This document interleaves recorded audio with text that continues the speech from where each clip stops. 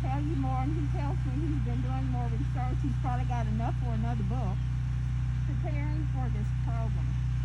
But we're so pleased to have him today.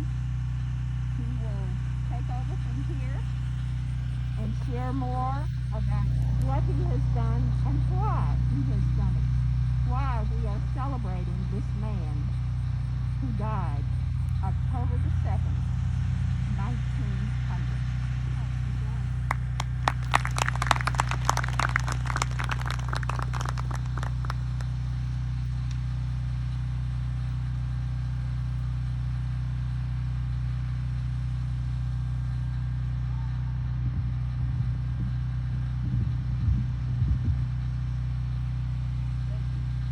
Thank you. Thank you for coming. Thank you, Bruce, for reminding us that none of us are immune, right?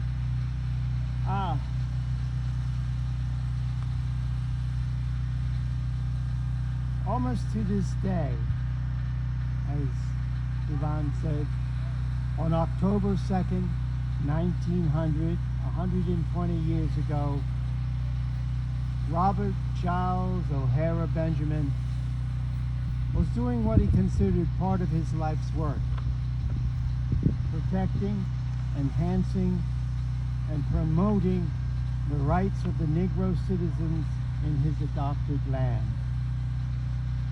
On October 2nd, 1900, Robert O'Hara Benjamin was advocating for a black man to register to vote without running the gauntlet of numerous questions. Illegal and improper questions meant to stymie and thwart the process. Mr. Benjamin, in my novel, I create a young assistant to him called Noah, who always calls him Mr. Benjamin, and I'm compelled to do the same. Mr. Benjamin had been in Lexington for less than a decade on that registration day in October, born in St. Kitts, but his presence was so large, so powerful, that it was as if he had been part of the bluegrass, part of Kentucky forever. He remains part of Kentucky. He is one of our heroes. My hero too, though I'm white and born in New Jersey. But I'm an American, and racism's fighter and the horror of racism's legacy are part of my history too. My presence. Mr. Benjamin fought and died for human dignity. Human dignity knows no color, though color, when it is under attack, as it was for Mr. Benjamin, as it is for some of you, adds to the grit and courage that comprises it. I want to tell you a little about this hero, Mr. Benjamin, and the city and times he lived in. Kentucky is often called a border state, a state in the middle, so to speak, a bit north, a bit south. I want to concentrate on what Mr. Benjamin was concentrating on that day in October: voting. 1900 was a dark year for voting rights for African Americans in the South. States like Alabama and Mississippi had almost completely eliminated black voting. The high promise of Reconstruction had not just faded, it had been attacked, lynched, burnt, savagely murdered. White terrorist groups had taken over most of the South. Not just infamous groups like the KKK, but other, to us, less known groups, like the Red Shirts of North Carolina. 2,000 armed men who in 1898 violently overthrew the biracial progressive government of Wilmington, North Carolina, that had been elected. They arrested, killed about 300, and drove out of town all the old administration. They destroyed the only newspaper, black newspaper in Wilmington, and most black businesses. most black property. The New York Times deplored it. There's an editorial. But North Carolina's Democratic governor declined to intervene, and the Times forgot about it in a day or two. The outrageous became the norm. We know that feeling. We fight against that feeling every day. But Wilmington's effect was far-reaching. As Laura Edwards writes in her book, Democracy Betrayed, quote, "What happened in Wilmington became an affirmation of white supremacy in the South and in the nation as a whole." But what about Kentucky, the border state? The border state had in it many thousands of neo-Confederates, people who looked not just back to antebellum for inspiration, but to the South for direction. The South had shown the way in suppressing the black vote. Neo-Confederates wanted Kentucky to follow, but the Neo-Confederates did not completely dominate the state. In some places, they held sway, especially in western Kentucky. And in towns like Paris, they would eventually take control. But in Lexington and Louisville, the struggle involved many forces which allowed some leeway, some freedom of action for blacks to claim and fight for certain rights. Of course, those claims had to be constantly fought for, and quite often those claims were squashed. But Mr. Benjamin was in the middle of it all. The vote was a right that constantly had to be guarded. The vote was always in danger. But before I detail the many dirty tricks used by neo-Confederate Democrats to disenfranchise the black vote in Kentucky, I want to speculate about what protected that vote. In 1895, Kentucky elected its first Republican governor, William Bradley. Mr. Benjamin claimed, when he made a stab at running for Congress himself in 1898, while editing the most influential black newspaper in Lexington, the Lexington Standard, and acting as an attorney, a preacher, and a writer, that blacks in Kentucky had added 65,000 votes to the Republican column. I don't know if Mr. Benjamin took a politician's license in his numbers, but the black vote was significant, and that vote was overwhelmingly Republican. That's odd to us, but African Americans were overwhelmingly Republican up until FDR.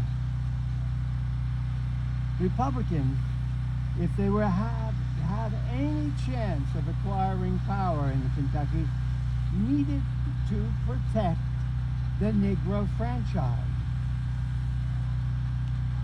Mr. Benjamin sounds like a modern-day black Democrat complaining about the Democrats taking blacks for granted.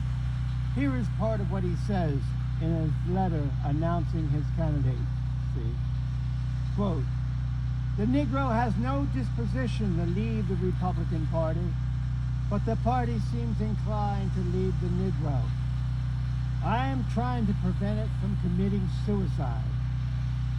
Parties have characters as men have characters, and parties make and mar their characters much as men make and mar theirs."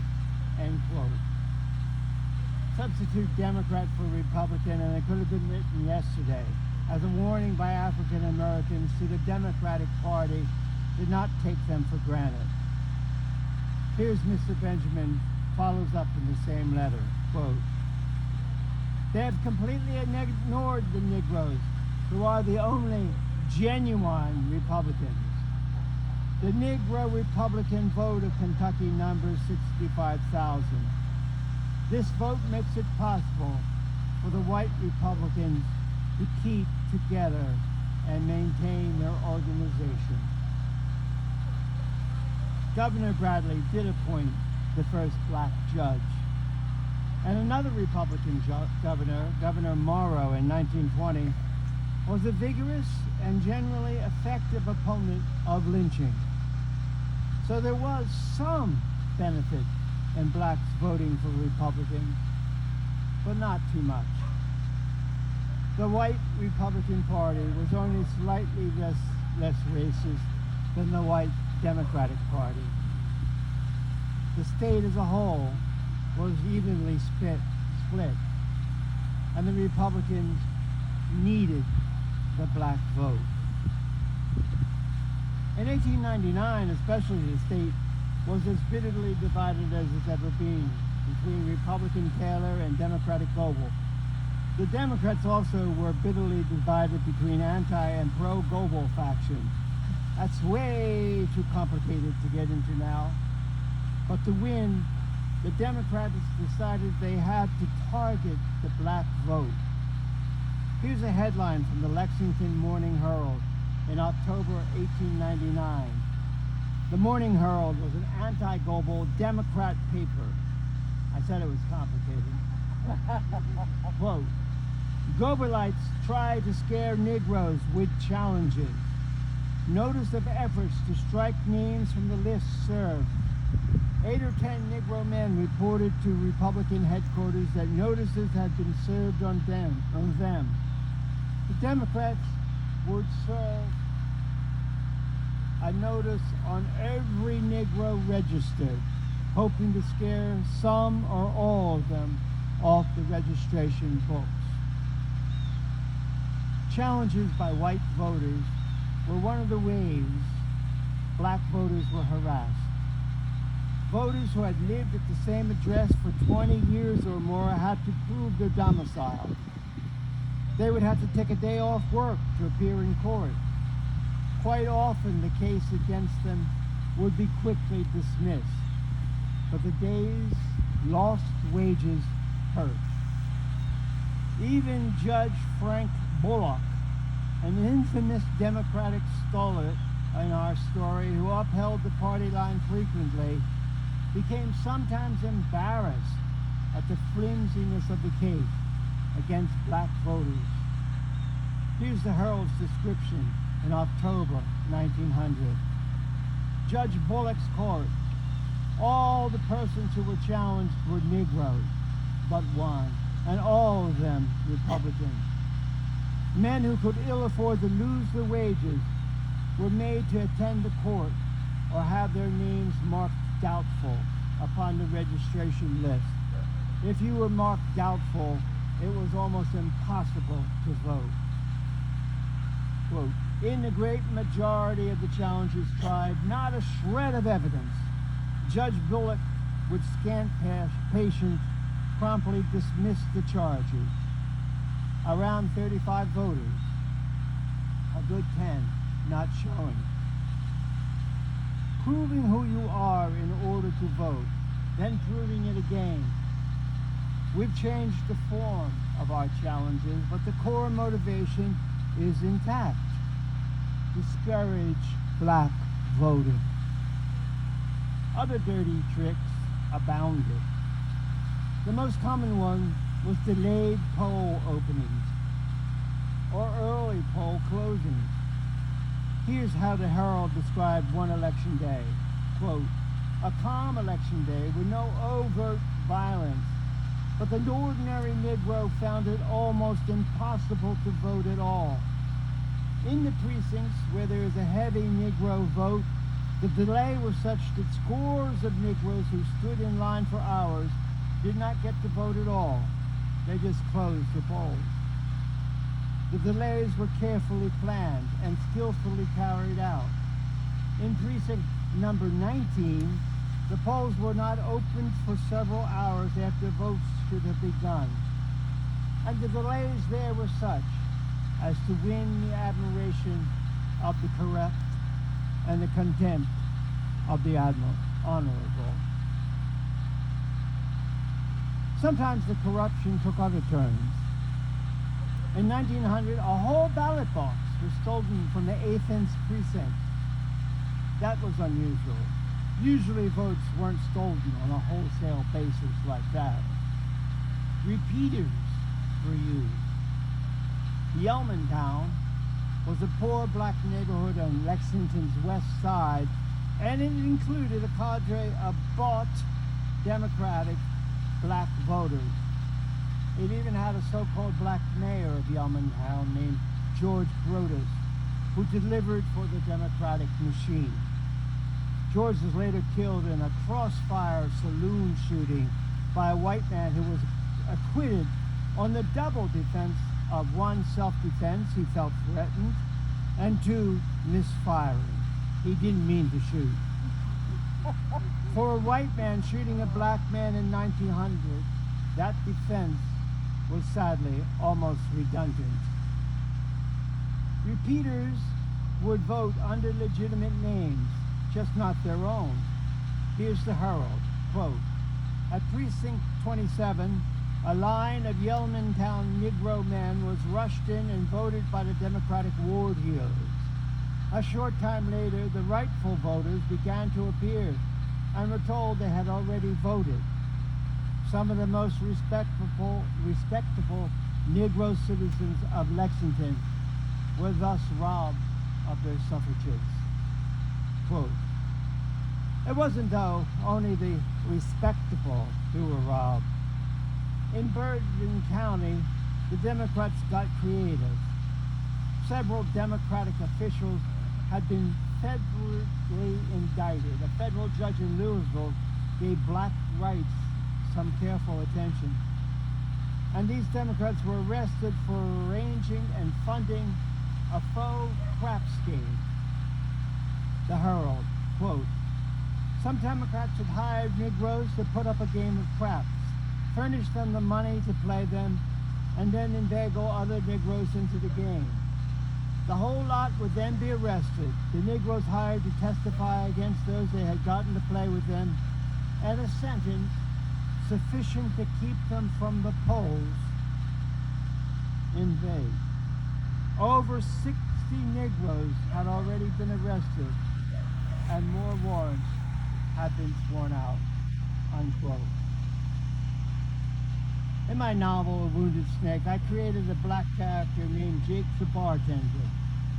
He's part of that Yeomantown political corruption. He's trying to survive. I don't judge him, I don't have the right to. But it's all part of Mr. Benjamin's struggle. It's what he faced on October 2nd, 1900.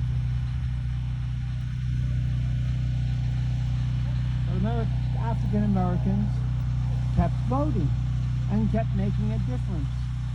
Their votes mattered.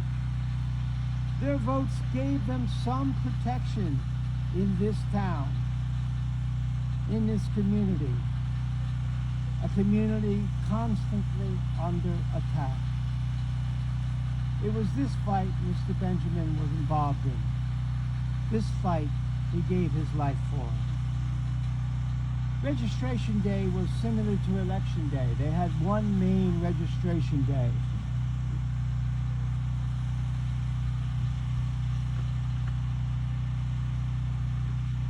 The hours were supposed, you could register other times, but mostly on this one day. The hours were supposed to be from 6 a.m. to 9 p.m. The precincts would often be crowded with challengers, sometimes from both parties, sometimes only one. A challenger might be compared to a poll watcher. You've heard of poll watchers lately, the ones Trump is constantly pushing. Only a challenger had more power. He could stop a vote or registration or seriously deny it. White challengers to black voters were the main weapon of the day against the black vote. The 32nd precinct in Lexington's Irish Town had several officials present that day. The Doyle family, we'll hear a lot about the Doyle family, was present. John Doyle as a challenger, Luke Doyle, his brother, as a cop. Mike Moynihan, our murderer, a city employee, foreman of quarry works at Lexington City Farm, was also, in some accounts, listed as an official Democratic challenger. When Mr. Benjamin brought in black men to register, some reports say 4 men, others say 1. They were challenged with questions that Mr. Benjamin objected to. Here is how I imagine the scene in my novel. No, this is not a law school. The man is here to register, not to take a test. This is not only illegal, it's harassment. You cannot ask these kind of questions. You are interfering with his civil rights. Register the man and let him go.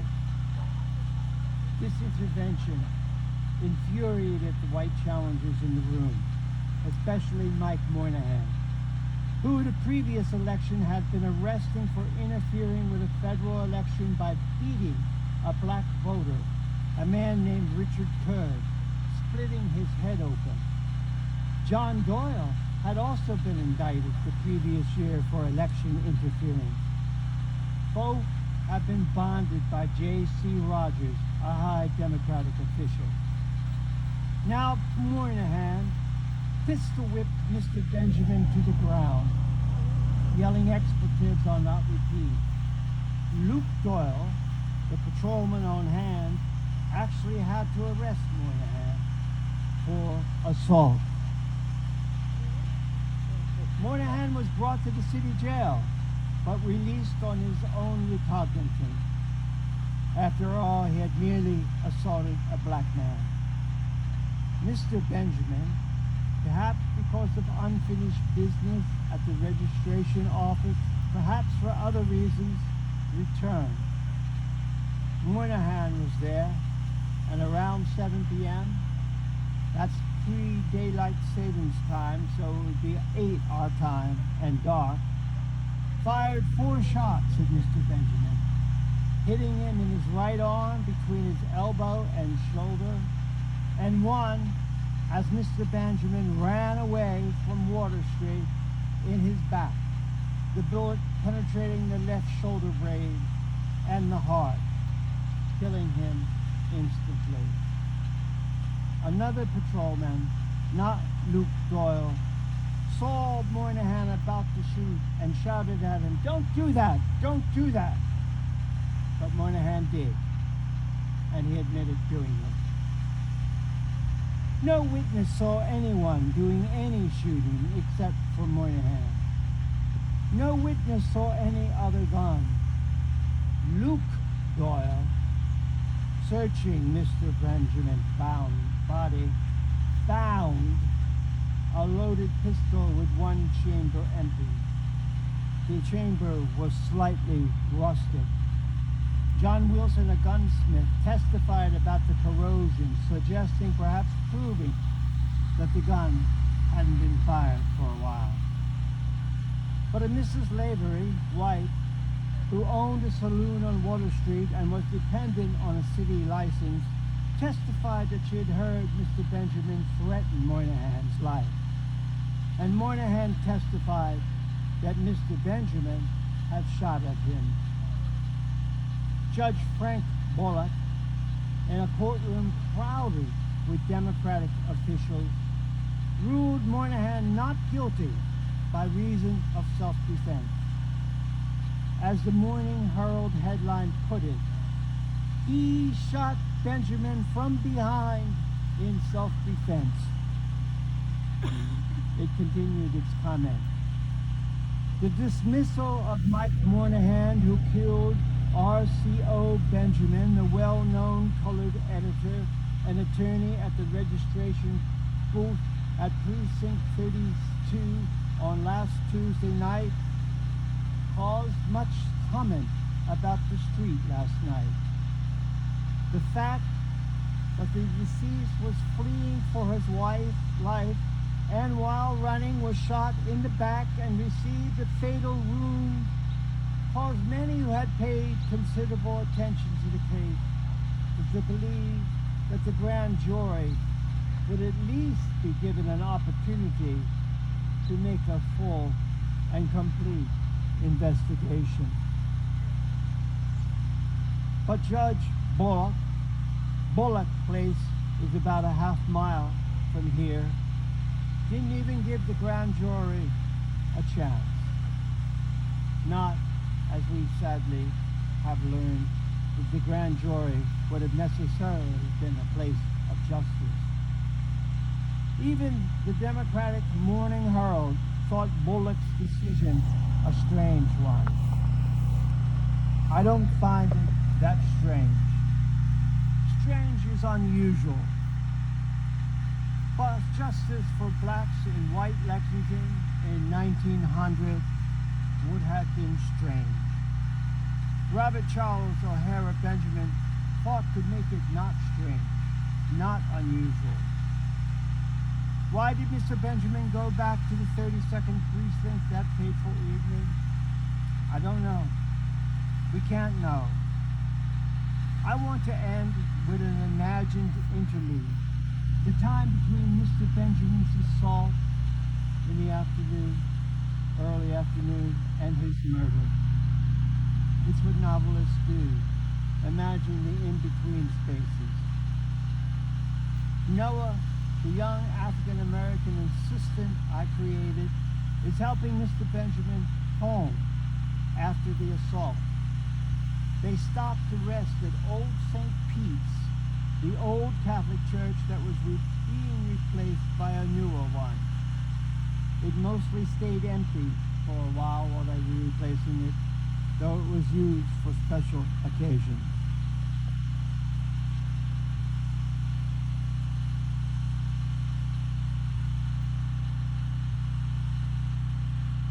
Mr. Benjamin was getting his second wind.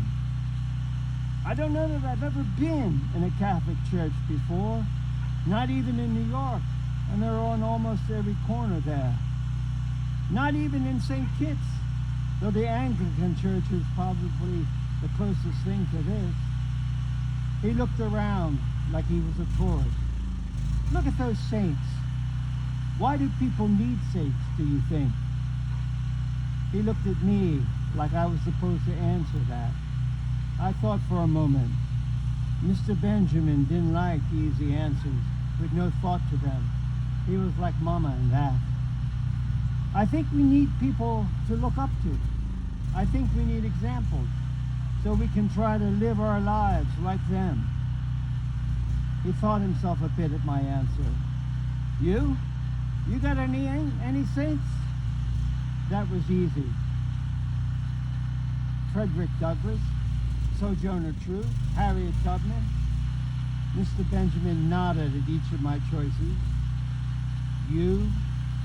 Me? I surprised him. Oh, you got that wrong, Noah. You got that wrong. We were sitting next to a statue of a grizzled man whose beard looked shaggy even in plaster. Mr. Benjamin pointed to him. St. Peter, I imagine. Name of the church, Peter, rock. To build the church out of this rock.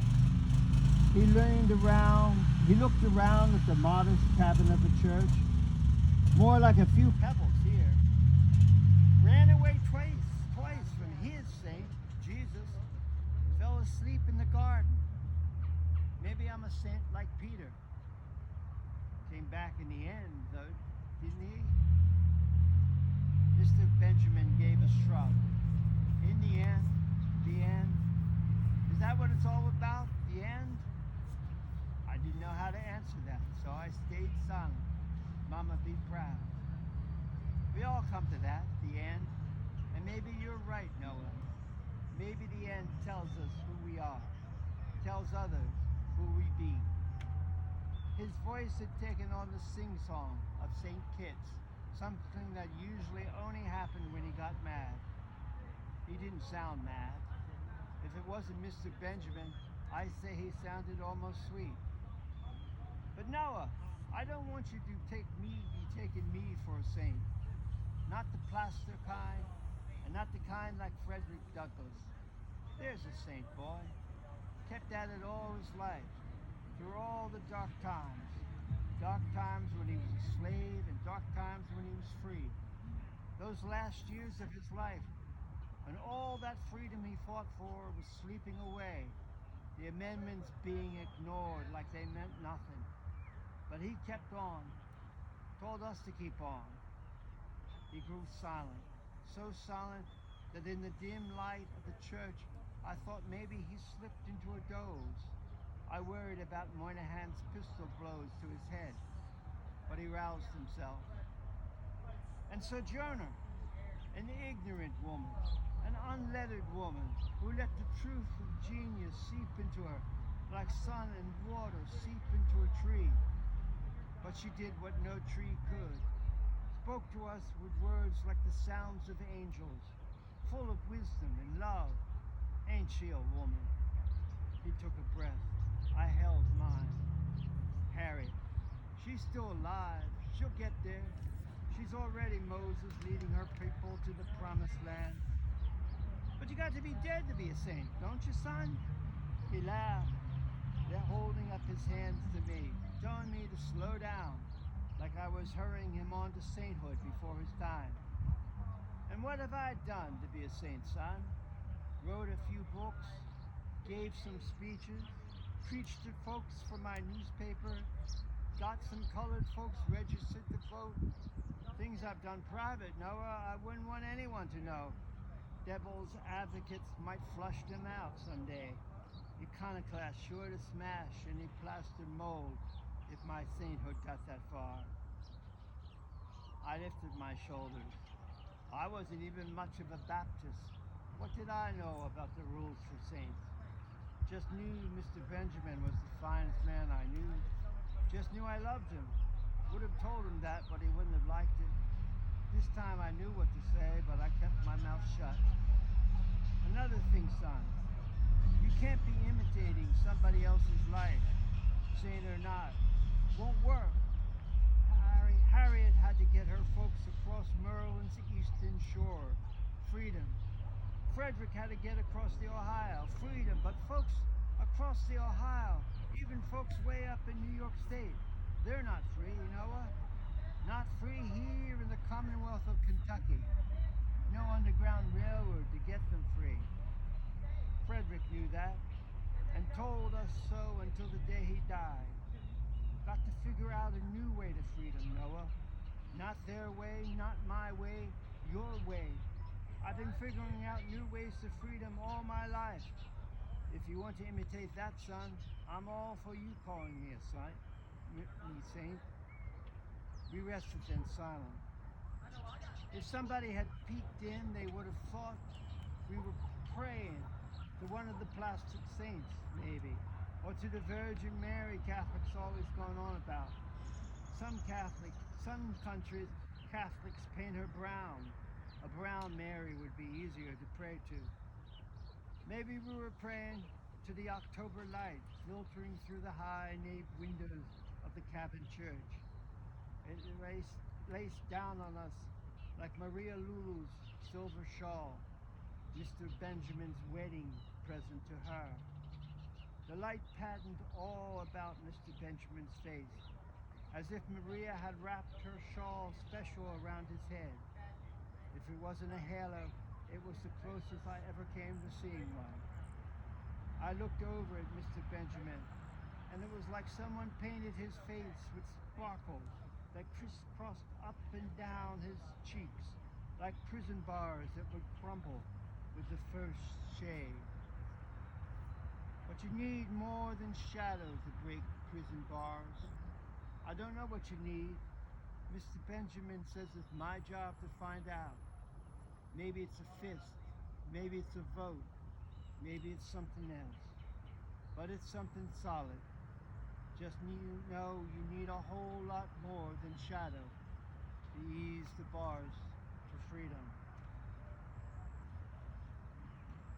I'm a white boy, grown up in Jersey, and I've heard some claim it's a presumption for me to claim Robert Charles O'Hara Benjamin as my own. But I do. We're all fighting for freedom, and the American fight for freedom takes as its center fight a fight against racism. Mr. Benjamin gave his life for that fight, both his living and his dying.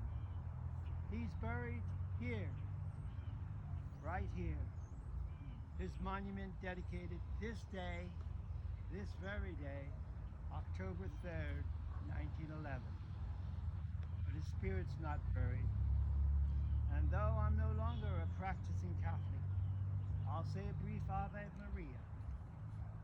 For Robert Charles O'Hara Benjamin is one of my saints.